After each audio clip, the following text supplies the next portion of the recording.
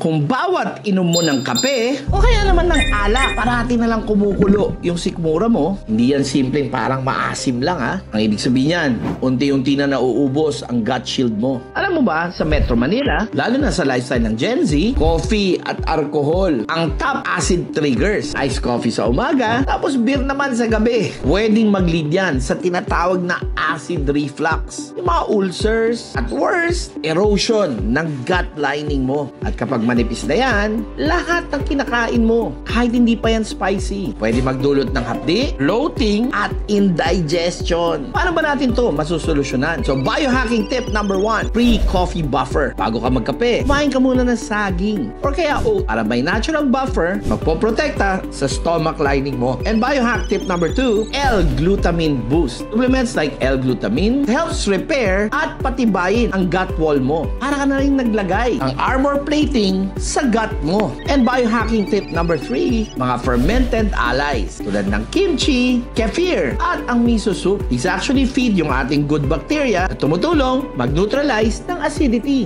Biohacking tip number 4, hydration reset. Sa bawat baso ng alak na ininom mo, sabayan mo kagad ng tubig right after para hindi mag-overnight swimming ang tiyan mo sa asido. And biohacking tip number 5, green tea swap. Kung hindi mo kayang iwanan ng caffeine, mag-green tea ka minsan. Ito ay packed with catechins na pwede mag-repair ng ating gut tissues. Tandaan, pag ang gut shield mo ay tuluyan ng nawasak, wala nang magiging filter ang bituka mo. So lahat ng toxins dumiretso na sa bloodstream mo. Walang nararamdaman sa tiyan, mararamdaman mo na rin to sa buong katawan mo. Kaya bago pa maging permanent damage, i-activate mo na ang gut shield protocol mo ngayon. This is John Calug, Philippines #1 success coach. Always say yes to success. Kaya mag-follow na for more biohacking tips para umayos ang acidity ng tiyan mo.